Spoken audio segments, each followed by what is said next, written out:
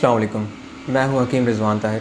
آج ہم بات کریں گے جریان منی کے بارے میں، مطلب منی کا جو اخراج ہوتا ہے پیشاب کے راستے وقتاً فوقتاً یا بار بار جو نفس کے ڈھیلے پن کے دوران بھی اس کا اخراج ہوتا رہتا ہے، یا مزی ودی جس کو آپ کہتے ہیں اس کا اخراج ہوتا رہتا ہے۔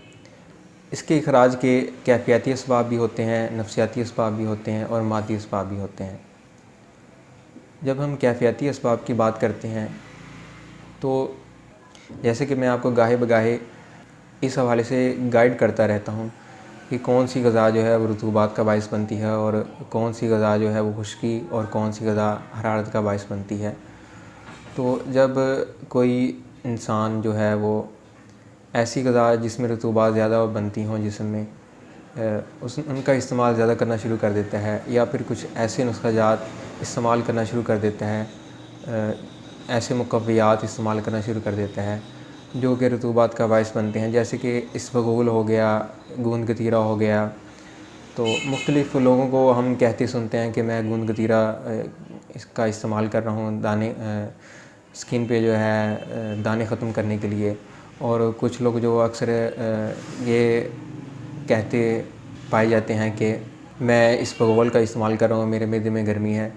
تو اس کا نقصان یہ ہوتا ہے کہ وہ مریض وہ انسان جو ہے اس کے سکن سے دانے ختم ہو یا نہ ہوں، لیکن اس کو یہ جریان منی کا جو مرض ہے وہ لاحق ہو جاتا ہے۔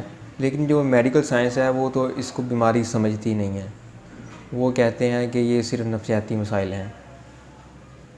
ہم بھی اس چیز کو مانتے ہیں کہ یہ نفسیاتی مسائل بھی ہو سکتے ہیں، لیکن اس کے ساتھ یہ کیفیاتی اسباب بھی ہو سکتے ہیں اس کے۔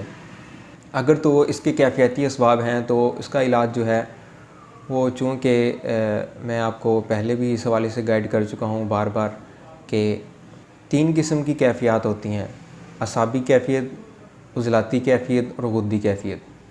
جو اعصابی کیفیت ہے اس میں جو غذا آتی ہے وہ ہے دیسی کدو، توری، پیٹھا، مونگرے، شلجم یا میٹھے پھل جو ہوتے ہیں، اور میٹھے مشروبات، ٹھنڈے مشروبات۔ تو یہ رطوبات کی پیدائش کا ذریعہ بنتے ہیں۔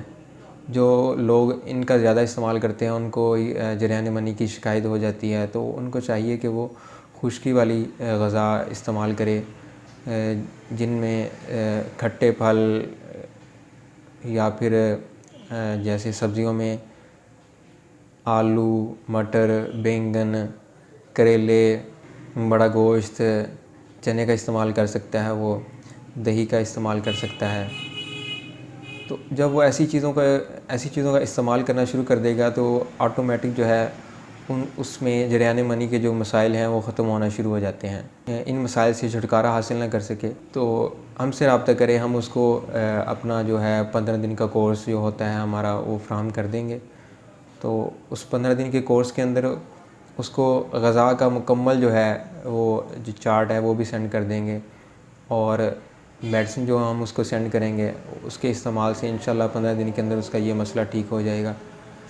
یا کوئی مریض اگر پرانا مریض ہو اس مسئلے کا، اس کے اندر جو ٹھنڈک کے مسائل ہیں وہ اتنے سرایت کر چکے ہوتے ہیں کہ ان کو نکالنا جو ہے ان کے نقصانات جو ہے وہ تلف کرنا کافی پیچیدہ عمل ہو جاتا ہے۔ تو ایسے مریضوں کے لیے جو ہمارا کورس ہے وہ کم از کم 1 مہینے کا اور زیادہ سے زیادہ 3 مہینے کا ہوتا ہے۔ لہذا جو بھی مریض اس میں نئے اس مسئلے کا شکار ہیں ان کو چاہیے کہ فوری رابطہ کریں تاکہ اس مسئلے کو پرانا نہ ہونے دیں۔